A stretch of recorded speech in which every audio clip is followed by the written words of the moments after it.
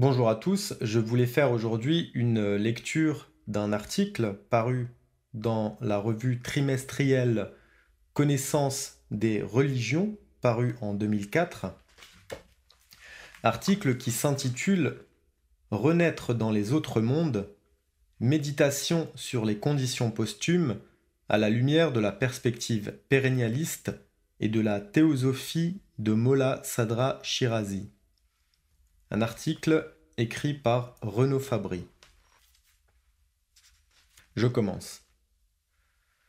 D'où Guénon tire-t-il cette lumineuse compréhension du Vedanta qui faisait dire au Pandit de Bénarès, selon le témoignage d'Alain Danielou, qu'il était le seul occidental à avoir compris l'essence du Vedanta. De ces maîtres indiens, de l'aveu même de Paul Chacornac, on ne sait à peu près rien, sinon que les contacts ont sans doute cessé assez tôt, qu'ils se sont retirés en Asie.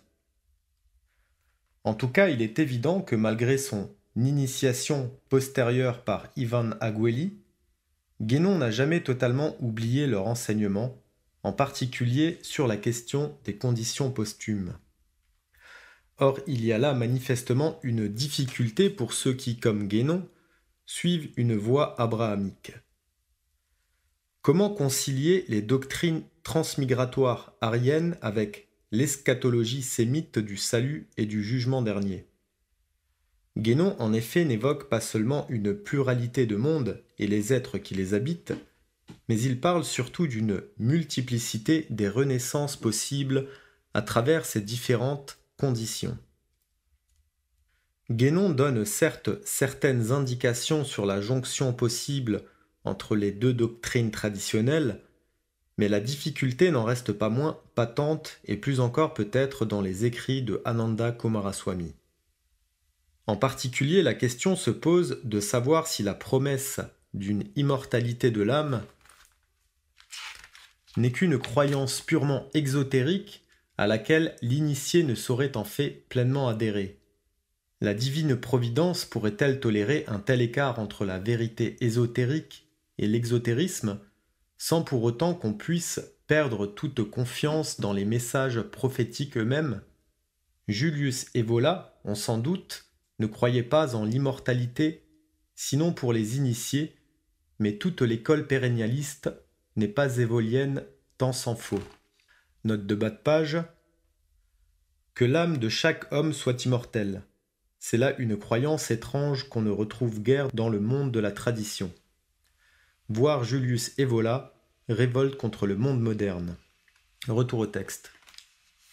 Dans le présent article, nous voudrions en fait montrer que seule est incompatible avec la perspective abrahamique la croyance en la réincarnation telle qu'on peut la trouver dans certaines doctrines pseudo-ésotériques modernes ou dans certains textes indiens tardifs.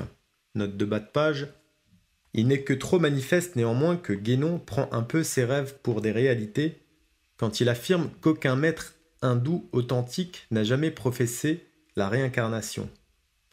Selon Chuon lui-même, on trouve bel et bien quelque chose comme la réincarnation dans les textes indiens comme le Manavadharma Shastra. Et de l'aveu même de Coomaraswamy, l'enseignement de la Bhagavad Gita sur ce point n'est pas dénué d'ambiguïté. En revanche, selon ce dernier, on ne trouve rien de tel dans les textes les plus anciens, dans les Upanishads et les Védas, et c'est à partir d'eux qu'on doit comprendre la quintessence de la perspective indienne, qui n'est rien moins que réincarnationniste. Retour au texte. Nous voudrions aussi établir à partir des enseignements de Fritjof Schuon qu'il n'y a en fait qu'une différence de perspective entre les doctrines ariennes et sémites sur la question de l'immortalité de l'âme. Nous conclurons par un rapprochement inattendu entre les enseignements pérennialistes et ceux du théosophe iranien Molla Sadra Shirazi. L'homme et son devenir selon le Vedanta et le Vajrayana. Commençons par résumer l'enseignement que l'on trouve dans L'homme et son devenir selon le Vedanta et dans les écrits de Ananda Coomaraswamy sur la question. Au moment de la mort, s'opère une distinction entre les êtres en fonction du degré de connaissance et la question des conditions posthumes ne se pose en fait que pour les êtres qui n'ont pas réalisé en cette vie ou au moment de la mort l'identité suprême ou délivrance. Guénon, adoptant alors la terminologie des Upanishads, envisage deux voies possibles pour de tels êtres. L'une conduit par degrés à la délivrance ultime, l'autre peut conduire à la perfection de l'état humain, qui est à proprement parler le salut, mais la plupart du temps implique une perpétuelle errance samsarique. La première voie est celle de la délivrance graduelle, Kramamukti, ou voie des anges, Devayana. Ayant dépassé la sphère de la lune, correspondant à la limite du monde des formes, ces êtres réalisent alors les états supérieurs de l'être, correspondant aux hiérarchies angéliques de la théologie occidentale. Ils suivent alors d'autres cycles d'existence informels, situés au-delà de la limite du monde samsarique en tant que tel. Il n'y a pas plus de possibilité de rechute, puisque de tels êtres, bien que n'étant pas actuellement délivrés, ne sont plus soumis aux influences dissolvantes des mondes animiques et grossiers. Note de bas de page. Guénon reste très énigmatique sur ces états informels. Il donne néanmoins quelques précisions, en particulier que presque tout ce qui est dit théologiquement des anges peut être dit métaphysiquement des états supérieurs de l'être. On doit donc attribuer aux êtres situés dans ces états un mode d'intelligence purement intuitif, et la multiplicité des états supérieurs, comme celle des hiérarchies angéliques chez saint Thomas, ne saurait être une multiplicité numérique ou même plus généralement quantitative, mais bien une multiplicité d'ordre transcendantal ou véritablement universel. Retour au texte. La voie des ancêtres, Pitriyana, est suivie par l'immense majorité des êtres qui obéissent à la loi commune du salut et de la damnation. Les êtres qui ont accompli le bien et observé les rites traditionnels se trouvent pour ainsi dire prolongés dans la continuité de leur état individuel au sein d'un des paradis situés à la limite extrême du domaine des formes. C'est là ce qui correspond, comme on l'a déjà indiqué, au salut des traditions occidentales. Les êtres demeurent alors dans un état de perpétuité jusqu'à la dissolution de notre univers ou pralaya. Les autres, en revanche, doivent revenir à d'autres conditions individuelles.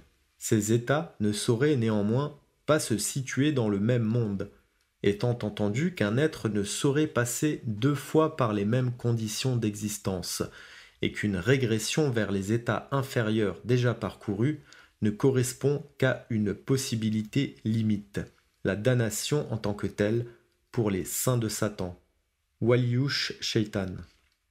Guénon donne assez peu de précisions sur les modalités de ce retour à des conditions formelles dans l'homme et son devenir selon le Vedanta. Son enseignement sur ce point est complété par un article intitulé « Salut et délivrance » et publié dans l'ouvrage posthume « Initiation et réalisation spirituelle ». Il y précise que le propre des rites exotériques est d'assurer pour un être le salut, c'est-à-dire le prolongement dans l'état individuel par lequel il vient de passer, et ce jusqu'à la fin du cycle. Les autres êtres sont en revanche soumis à la seconde mort, c'est-à-dire à la dissolution des éléments psychiques par laquelle l'être cessant d'appartenir à l'état humain doit nécessairement et immédiatement prendre naissance dans un autre état. Les conditions d'un être encore soumis à la forme peuvent être centraux ou périphériques selon qu'il se trouve ou non dans le prolongement de l'intellect cosmique bouddhi qui relie entre eux les différents états de manifestation. Quand un être doit passer à d'autres états individuels, rien ne garantit qu'il y retrouvera une position centrale relativement aux possibilités de cet état, comme celle qu'il occupait dans celui-ci en tant qu'homme. Et il y a même au contraire une probabilité incomparablement plus grande pour qu'il y rencontre quelqu'une des innombrables conditions périphériques comparables à ce que sont dans notre monde celle des animaux ou même des végétaux. Ce nouveau monde et ses conditions seront néanmoins nécessairement supérieurs aux nôtres. Certains points de cette doctrine sont pour le moins obscurs, ne serait-ce qu'en raison du caractère très abstrait de l'exposition, et il n'est pas évident que les écrits de Guénon sur la question soient le plus sûr moyen d'accéder à une certitude aussi bien intellectuelle qu'existentielle sur la question. Une autre remarque s'impose aussi.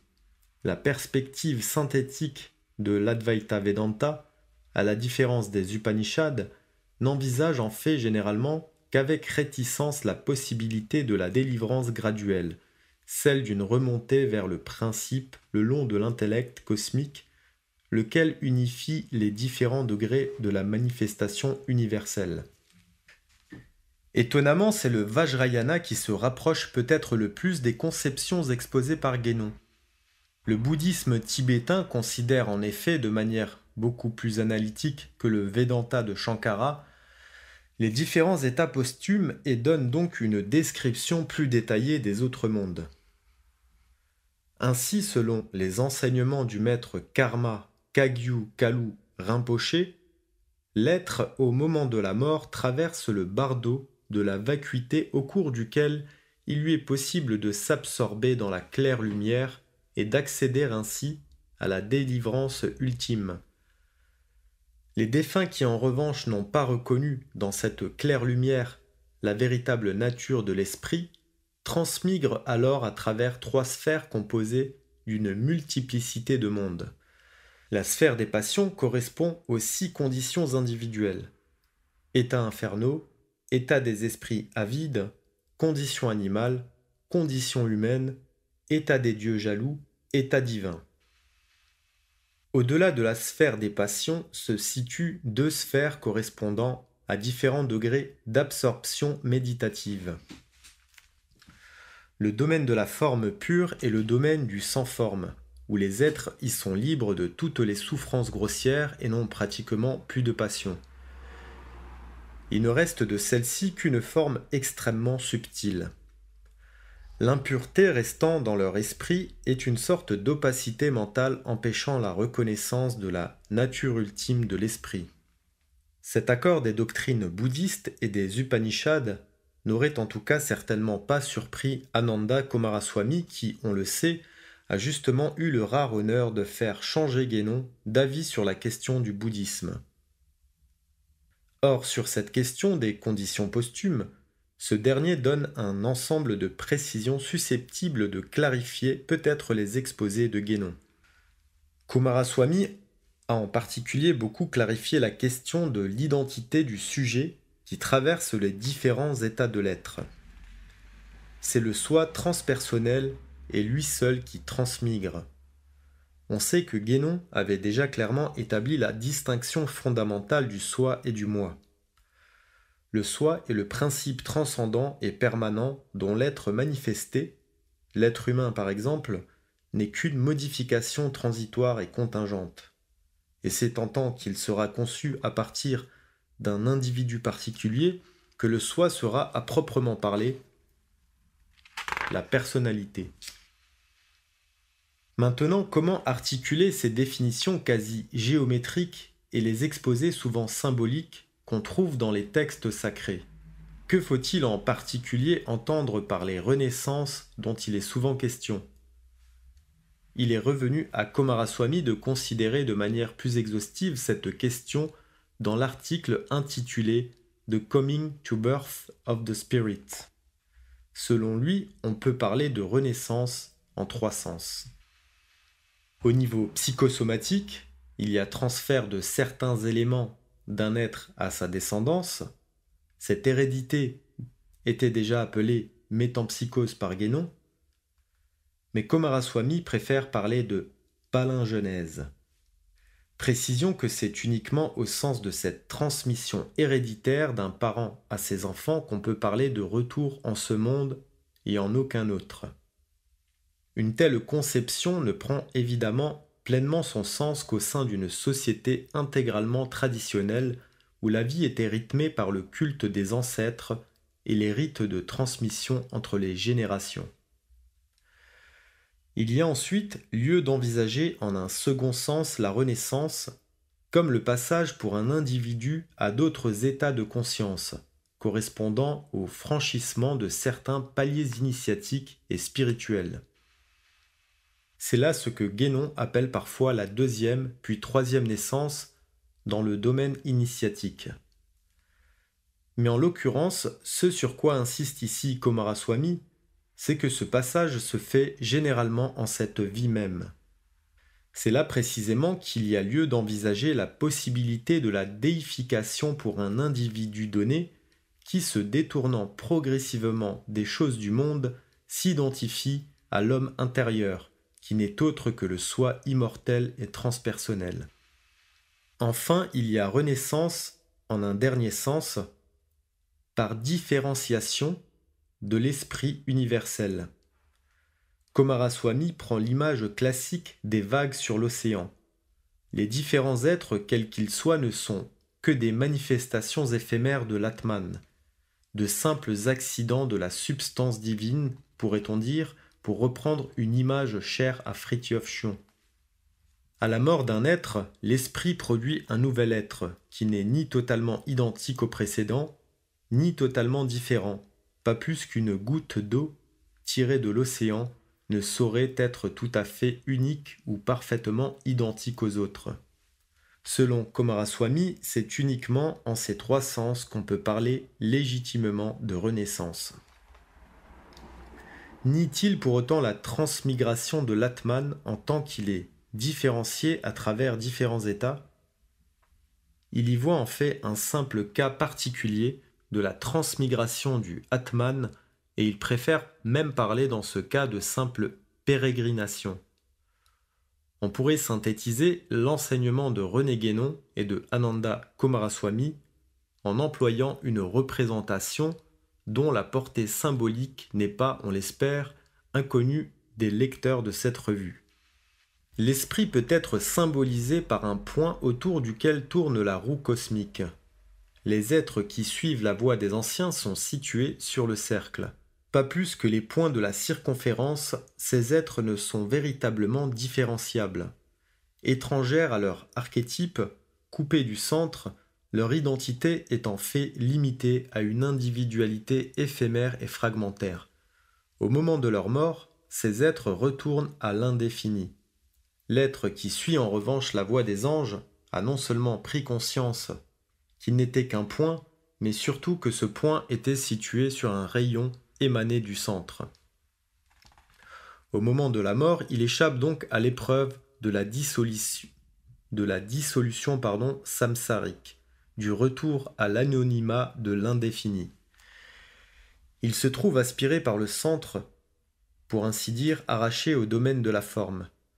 Il commence alors sa remontée le long d'un rayon, à travers les états supérieurs, et ce jusqu'au centre de la roue, qui est aussi le centre de toute chose. C'est uniquement dans son cas qu'on peut parler positivement de différenciation. Cette différenciation est alors qualitative et pas quantitative. Elle est une expression de l'unité et de la perfection de l'être, et pas l'indice d'une chute vers la multiplicité. Note de bas de page. Précisons d'ailleurs que c'est en ce sens que Plotin, contre l'interprétation classique de la doctrine des idées, veut dire qu'il y a un archétype de chacun des êtres particuliers. Retour au texte. Cette personnalité n'est pourtant pas une fin en soi, mais un moyen terme entre une individualité en voie de dissolution et une transpersonnalité à laquelle seules peuvent être attribuées l'éternité et la plénitude de réalité. Perspective abrahamique et perspective sapientiale indienne. Un tel exposé ne manque néanmoins pas de susciter une multiplicité d'interrogations. Certaines n'ont d'autre origine selon nous que la surenchère logique à laquelle se livre parfois Guénon et qui l'amène à postuler un nombre proprement indéfini d'états formels et équivalents aux nôtres, ce qui n'a pratiquement aucune importance, à moins qu'on le conçoive comme on le verra plus tard, à la lumière des enseignements islamiques sur la petite et la grande résurrection, notamment chez Mollah Sadra Shirazi. En revanche, une question beaucoup plus essentielle demeure. Quelle valeur peut encore avoir l'espérance profondément humaine du salut au regard de l'horizon vertigineux de la délivrance? Sur ce point, Fridtjof Schuon a donné quelques enseignements décisifs qui ramènent, si on peut dire, la métaphysique des états multiples de l'être sur un sol plus existentiel et spirituel. Généralement plus sensible que Guénon et Coomaraswamy à l'irréductibilité des différentes traditions, moins désireux aussi d'y retrouver systématiquement les mêmes enseignements, il a su reconnaître la légitimité d'une perspective comme celle des traditions abrahamiques qui ne soit pas centrée a priori et unilatéralement sur l'un. Dans cette optique, il a posé d'une toute autre manière la question des états posthumes et du rapport des deux voies. L'espérance du salut et l'aspiration à la délivrance expriment en fait le rapport en l'homme de deux subjectivités. La subjectivité psychique de l'âme, qui se pose dans son rapport au Dieu personnel et créateur, la subjectivité transpersonnelle de l'esprit, qui dans son essence transcende l'être lui-même. Cette seconde subjectivité est au cœur même du mystère de l'énosis, c'est-à-dire de l'identité métaphysique de l'intellect incréé en l'homme et de l'absolu. Les doctrines métaphysiques ou ésotériques s'adressent à une autre subjectivité que le message religieux général. Celui-ci parle à la volonté et à l'homme passionnel, et celle-ci à l'intelligence et à l'homme contemplatif. Sans pour autant que les doctrines théologiques sur le salut perdent toute pertinence, sans pour autant que la dimension âme soit irréductiblement irréelle et illusoire.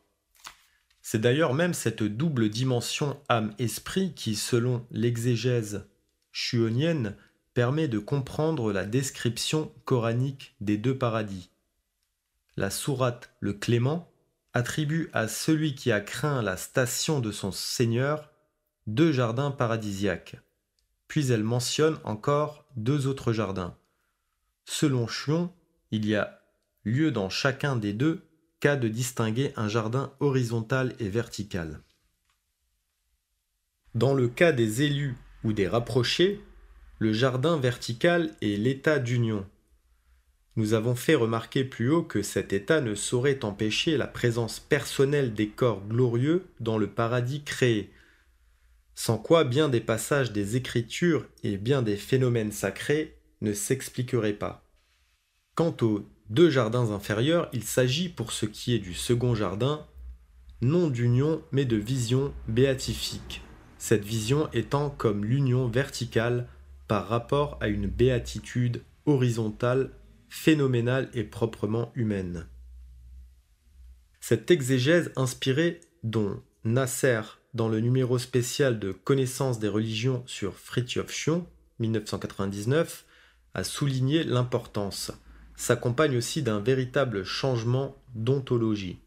C'est là une véritable révolution silencieuse au regard de la doctrine des états multiples de l'être et qui l'amène à reconnaître non seulement la positivité de l'ego, mais aussi son irréductibilité.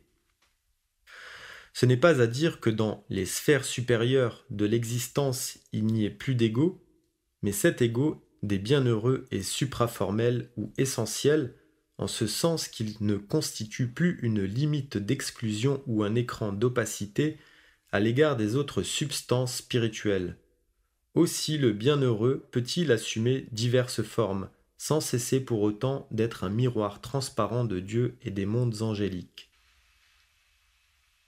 Alors que Guénon insistait sur l'opposition entre le soi et le moi, entre le principe permanent de l'être et sa réfraction dans un certain état de l'être, Fridtjof Schuon au contraire voit une certaine continuité. Le soi n'est transcendant que parce qu'il est aussi immanent à l'ego lui-même. C'est du soi que je tire toute sa réalité. C'est en raison de la présence de ce soi divin que je peut être frappé par une illusion d'acéité. Selon l'enseignement de l'ésotérisme islamique, la réalisation de l'identité suprême n'implique pas une abolition pure et simple de l'ego, mais sa subsistance en Dieu, c'est-à-dire son articulation avec le soi divin au niveau du paradis de l'essence. Fritjof Schuon, par certaines mises au point, a aussi donné un certain contenu à cette immense structure vide qu'est la doctrine des états multiples, et ce à partir de la doctrine soufie des 5 présences divines. Certes, la théologie exotérique n'a pas a priori à se préoccuper de la question des différents mondes. En revanche, la théosophie et la gnose soufie ont su clairement distinguer les degrés du réel, ont même proposé une véritable topologie du monde invisible. Ces 5 présences divines qui correspondent dans la terminologie guénonienne à autant d'états de l'être sont le domaine humain, c'est-à-dire le corporel puisque l'homme est créé de terre, puis le domaine de la royauté, ainsi appelé parce que c'est lui qui domine immédiatement le monde corporel. Vient ensuite le domaine de la puissance, qui est macrocosmiquement le ciel et microcosmiquement l'intellect créé ou humain, ce paradis naturellement surnaturel que nous portons en nous-mêmes. Le 4e degré est le domaine divin, qui est l'être et qui coïncide avec l'intellect incréé, le logos. Le degré final, si tant est que ce mot peut s'appliquer ici à titre provisoire, n'est autre que la quiddité ou l'azéité ou l'ipséité, c'est-à-dire l'infini soi. Nous aurons le temps de revenir sur ces distinctions quand nous aborderons l'enseignement de Molla Sadra Shirazi sur les conditions posthumes. Nous verrons en particulier plus précisément comment concevoir les renaissances de l'être à travers les différents mondes ou présences. Nous espérons néanmoins avoir déjà montré à partir des enseignements de Fritjof Schuon qu'on peut tout à fait concevoir une doctrine subtile des conditions posthumes à partir d'enseignements de nature purement islamique. Le mystère de la subjectivité et l'illusion réincarnationniste. Cette expression abrahamique des états multiples de l'être ne lève néanmoins pas toutes les difficultés tant s'en faut et l'accord des 2 doctrines sur le fond reste à éclaircir. En particulier, on l'aura donc compris, le centre de gravité de la perspective indienne et de la perspective abrahamique n'est tout simplement pas le même. L'esprit pour l'un, l'âme pour l'autre. Il nous semble qu'en l'occurrence, il nous faut parler des 2 upayas, c'est-à-dire 2 mirages salvateurs nous conduisant tous les 2, mais par des chemins différents, à la même vérité ineffable.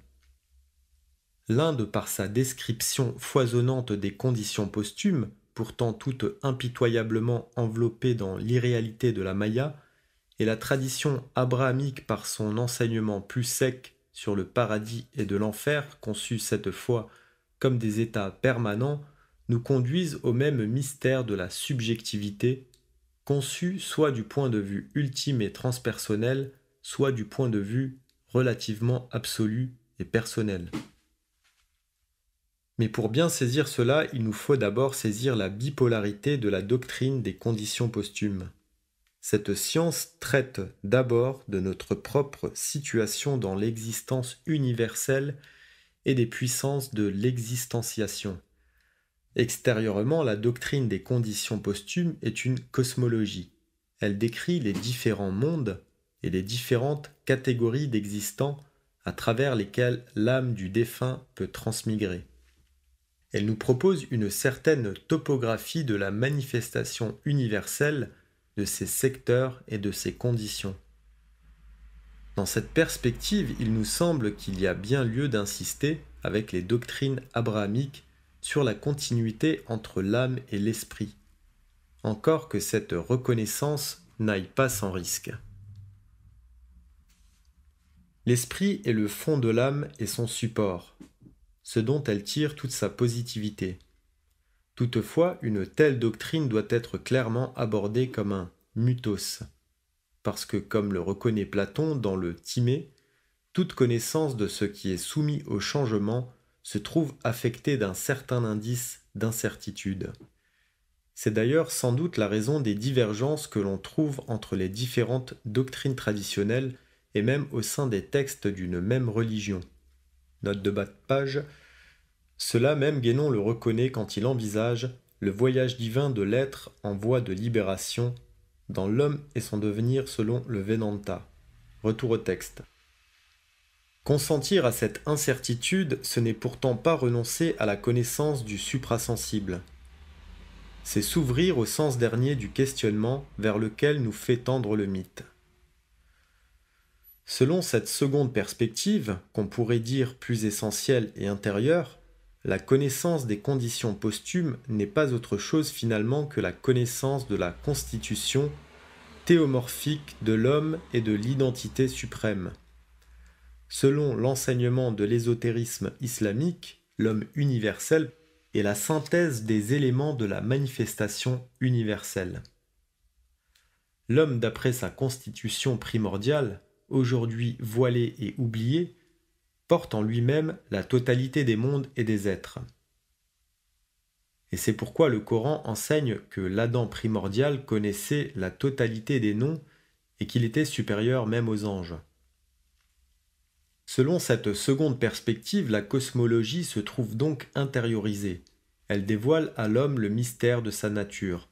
Par son corps, il appartient bien au domaine grossier, mais par son âme et ses corps éthériques, il pénètre le domaine subtil, celui des djinns et des esprits médiateurs, et par son esprit, il participe directement à la nature angélique et à l'intellect premier.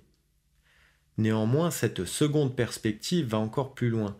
Elle nous conduit au-delà du domaine du manifesté jusqu'au mystère ultime, l'identité de l'Atman et du Paratman, du soi et de l'absolu. C'est là la perspective proprement indienne qui insiste alors sur la discontinuité entre l'esprit conçu comme une réalité incréée et métacosmique et l'âme créée. Cette discontinuité n'est pas étrangère à la tradition abrahamique. Elle est au cœur même de la gnose écartienne ou akbarienne. Il nous semble pourtant qu'elle trouve son expression la plus claire et la plus sereine dans l'Advaita Vedanta de Shankara. Elle en constitue même le cœur, la discrimination du soi et du non-soi, du réel et de l'irréel, de l'Atman et de la Maya. Le Vedanta va droit à l'essentiel. À ceux qui l'interrogeaient sur les conditions posthumes, Ramana Maharshi répondait d'ailleurs cela. Pourquoi voulez-vous savoir ce que vous serez quand vous mourrez, avant de savoir ce que vous êtes maintenant ? Découvrez d'abord ce que vous êtes maintenant. Maintenant, c'est-à-dire dans l'éternel présent, dans l'éternelle actualité du principe. Il y a en effet un véritable risque à ne pas saisir le sens ultime de la question des conditions posthumes. C'est justement dans cette erreur que tombent tous les tenants de la réincarnation. Ils conçoivent cette question des conditions posthumes uniquement selon la première perspective et même en un sens étroitement cosmologico-empirique. Ce faisant, ils restent pour ainsi dire fascinés par le dévoilement samsarique des mondes et perdent en vue le mystère de l'esprit universel.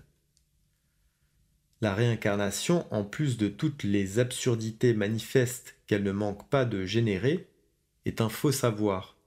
C'est même un savoir ignorant parce qu'il égare l'âme loin de son centre véritable, c'est-à-dire du soi.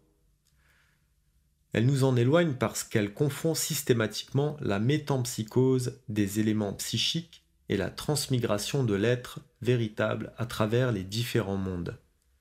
Ce faisant, elle identifie purement et simplement le psychologique et le spirituel. Toutes les erreurs du New Age viennent de là et Guénon les avait anticipées dans sa critique du théosophisme. Au contraire, par sa description extrêmement synthétique des conditions posthumes, la tradition abrahamique neutralise cette force d'aspiration samsarique. En proposant un aperçu basé sur l'alternative salut ou damnation, en passant sous silence du point de vue de l'exotérisme la transmigration de l'être à travers les états supérieurs, elle transpose la simplicité cristalline de la perspective métaphysique indienne au niveau de la cosmologie et finalement permet à l'âme de se centrer sur la seule question véritablement essentielle pour l'homme, naturellement dispersé de la fin du Kali Yuga, son rapport à Dieu. Ce faisant, elle invite l'âme à s'ouvrir à la présence transformante de la réalité divine qui seule peut la rétablir dans son état de théomorphisme originel et donc finalement dans la continuité même de l'esprit. On pourra bien sûr juger la perspective indienne plus noble, plus directement métaphysique. Il n'empêche qu'il est toujours risqué de se croire a priori qualifié pour se passer de toute médiation, comme celle que proposent justement les traditions abrahamiques à l'homme déchu des derniers temps.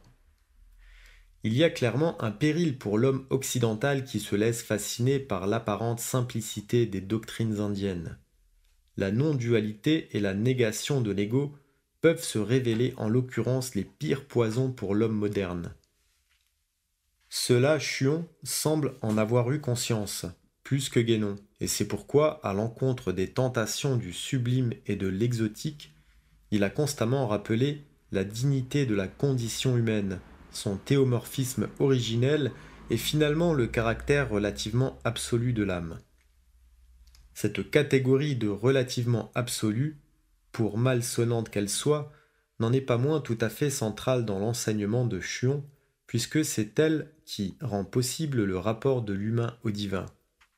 Elle exprime ainsi tout le mystère de la Maya, qui est tout à la fois pouvoir d'occultation, mais aussi pouvoir de manifestation du divin. L'âme peut être l'ego ferme et exclusif, elle peut être aussi le miroir de l'intelligence, l'antichambre de l'esprit. On pourrait d'ailleurs dire, en s'inspirant de la mariologie chuonienne, que si Ève est l'ego fermé, Marie est l'âme ouverte, prête à accueillir le divin. Marie est en effet l'image même de la créature parfaitement pure, miraculeusement vierge de tout péché, et qui peut alors recevoir en son sein le Saint-Esprit, qui a la réceptivité même de la prakriti universelle. Néanmoins, en tant qu'elle s'ouvre à la réalité divine, elle se transmute en esprit.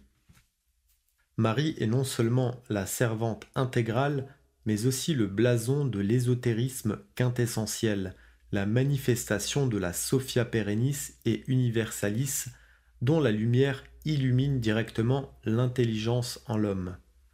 Chuon enseigne en particulier qu'issue de Isaac, vénérée par les chrétiens et les musulmans, elle se manifeste jusqu'en Inde et au Tibet à travers les figures de Prajna Paramita et de Tara.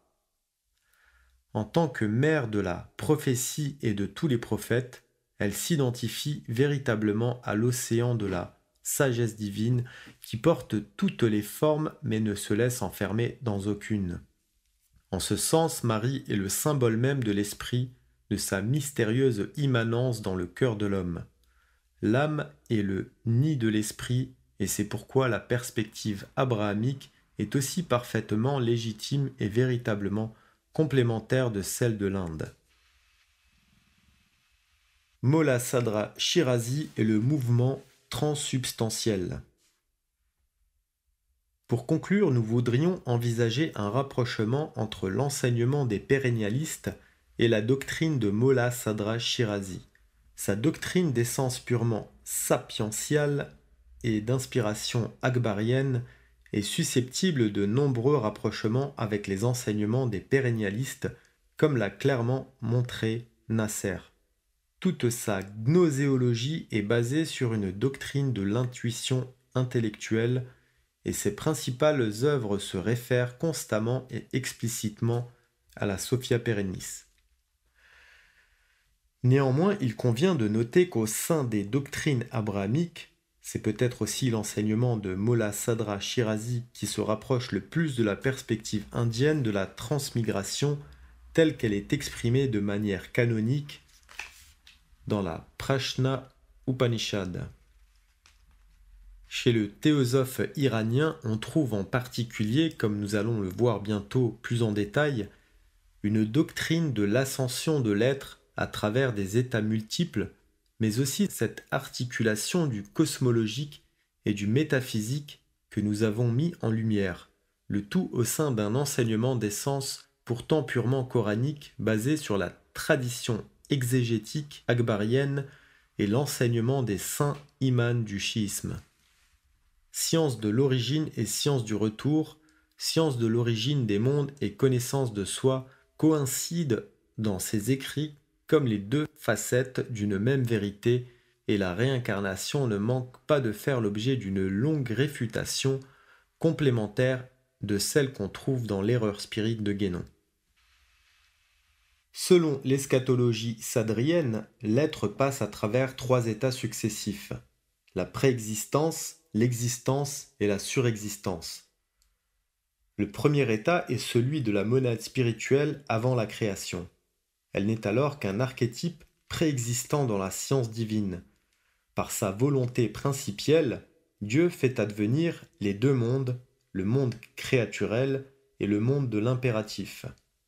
Dans le monde créaturel, l'acte d'être est à son degré minimum d'intensité, l'âme est alors inséparable de son support corporel, au point qu'on pourrait dire à l'encontre de toutes les doctrines dualistes que le corps n'est jamais alors qu'un certain état de l'âme. Métaphysiquement d'origine divine, l'âme ne semble advenir à l'existence qu'en émergeant de la nature sensible. Le monde terrestre est donc le lieu de la première naissance de l'âme, de la descente de toutes les âmes. L'humanité n'a pourtant qu'une unité générique et au moment de la mort, les différentes monades spirituelles dévoilent leur véritable nature. En fonction des tendances psychiques accumulées lors de la vie terrestre, les êtres renaissent dans le monde de l'impératif selon 4 conditions posthumes possibles: le sage, le chien, le porc ou le Satan. À l'existence succède donc la surexistence et la renaissance de l'âme dans le monde imaginal, Malakut, correspondant à la résurrection mineure. Seul l'être qui renaît à la condition de sage peut alors réaliser la 3e naissance, la naissance intelligible dans le Jabarut. Cette condition angélique n'est pourtant pas la fin ultime, même si elle se situe bien au-delà des limites de l'exotérisme. La condition suprême est le califat qui n'appartient en propre qu'à l'homme parfait. Dans la station de l'esprit, l'être s'identifie alors avec l'esprit prophétique lui-même, qui est aussi le premier intellect. L'être parachève ainsi le mouvement de conversion, fait coïncider en conscience la fin de la vie spirituelle avec sa condition originelle en Dieu et connaît alors l'état des saints et des prophètes. Un lecteur de Guénon est assez vite tenté d'établir des analogies. Les 2 naissances spirituelles dans le monde de l'impératif semblent correspondre à la réalisation des petits et des grands mystères, c'est-à-dire à la restauration de l'état primordial par la régénération psychique, salut exotérique en tant que tel, et la conquête des états supérieurs de l'être, en vue de la délivrance. Les 3 conditions intérieures que l'être peut réaliser dans le monde imaginal donnent enfin un sens à cette perspective inquiétante de la seconde mort, une idée de ce que pourraient être ces conditions périphériques des autres mondes dont nous parle en termes si elliptiques la doctrine des états multiples. En revanche, le monde de l'impératif est bel et bien l'outre-monde et pas seulement un autre monde, défini par certaines conditions particulières différentes du nôtre. Il y a là beaucoup plus qu'une simple nuance puisque l'existence corporelle assume alors une situation beaucoup plus essentielle que ne le laisse entendre Guénon. Terme de la descente consécutive à la création, la condition humaine chez Molla Sadra Shirazi est tout à fait centrale parce qu'elle est le début du processus de réintégration, là où se décide la destinée posthume d'un être, son châtiment ou sa récompense. Il n'en reste pas moins que le sort des réprouvés voués aux conditions périphériques dans le monde imaginal est peut-être plus incertain que dans la doctrine des états multiples qui promet une réintégration universelle. Pourtant, la solidarité des enseignements de Guénon et de Molla Sadra ne doit pas être reconnue uniquement à partir des formulations achevées des deux pensées ou par des rapprochements peut-être un peu artificiels. Elle doit être bien plutôt cherchée dans la secrète intention qui les anime tous les deux, celle de faire coïncider la connaissance de l'origine et le principe même du retour. C'est uniquement par une intuition intellectuelle de l'être qu'il est possible de pénétrer le mystère des conditions posthumes, et il nous semble que sur ce terrain-là, l'enseignement de Molla Sadra complète un peu celui de Guénon. La remontée est le processus d'intensification de l'acte d'être de la monade spirituelle, mais aussi un élan vital et spirituel, celui-là même qui anime le gnostique envers son bien-aimé. Rompant avec la tradition aristotélicienne, Molla Sadra étend le mouvement au-delà des limites du monde physique. Il y reconnaît une puissance d'amour. Le mouvement n'est pas seulement ce qui affecte de manière contingente la substance, le mouvement est bien au contraire la vie même de la substance, le processus de son intensification et la raison même de la pluralité des conditions posthumes. C'est en raison aussi de cette doctrine du mouvement substantiel que Molla Sadra croit pouvoir réfuter la croyance vulgaire en la transmigration, entendue en fait au sens guénonien de réincarnation, dans son commentaire du livre 5 de la sagesse orientale de Sohravardi. Elle est ontologiquement impossible parce qu'elle impliquerait un impossible retour à la potentialité après avoir été en acte, à la faiblesse après l'intensité. Cette régression ou même cette stagnation dans un état d'existence s'opposerait à ce mouvement d'expansion de l'être, à ce transfert quant à la substance, et qui n'est autre que ce souffle miséricordieux par lequel Dieu se connaît en faisant éclore les archétypes à leur être dans le monde de l'impératif et meut tous les existants dans la procession. Dit encore autrement, la réincarnation est fausse parce qu'elle n'est pas la science du retour, mais le compte-rendu complaisant et un peu fantaisiste d'une errance loin de Dieu. Au contraire, le gnostique est l'homme du rappel, du souvenir de Dieu, de l'aspiration vers le principe. Il suit la voie droite, c'est-à-dire ascendante. Pour lui, entrer dans son cœur, c'est retourner au centre de toute chose par-delà la multiplicité des mondes et des conditions possibles.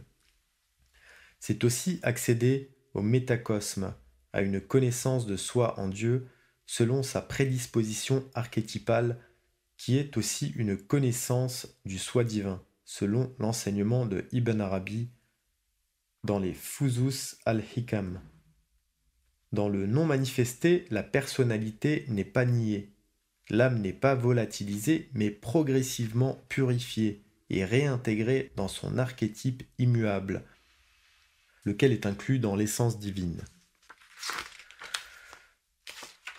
Dans l'eschatologie sadrienne, c'est uniquement au niveau de la station prophétique que l'âme s'éteint en Dieu et renaît en lui, que s'opère l'union avec l'esprit, l'entrée dans la maison de Dieu.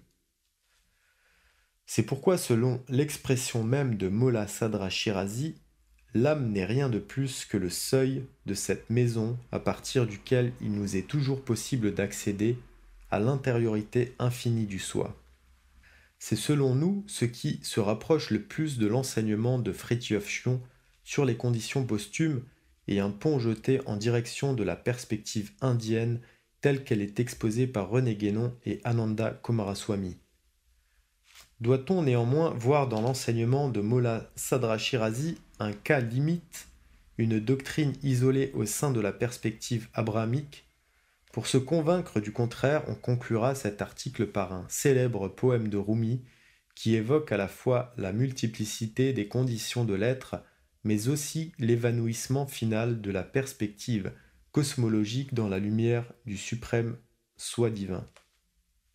Je cite le poème de Rumi.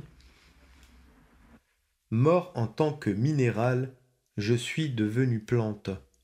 Mort en tant que plante, je me suis élevé à la vie animale. Mort en tant qu'animal, je suis devenu homme. Pourquoi m'en effrayer? Quand la mort m'a-t-elle amoindri? Une fois encore je mourrai en tant qu'homme pour entamer une ascension bienheureuse. Mais de la condition angélique même, je devrais me détacher. Tout excepté Dieu doit un jour périr. Renonçant à mon être angélique, je deviendrai ce qu'aucun esprit n'a jamais conçu. Oh, laissez-moi ne plus exister, car la non-existence proclame avec des sonorités d'orgue, à lui nous devons retourner. Voilà, fin de la lecture. Je vous remercie pour votre attention et pour votre écoute, et je vous dis à très bientôt.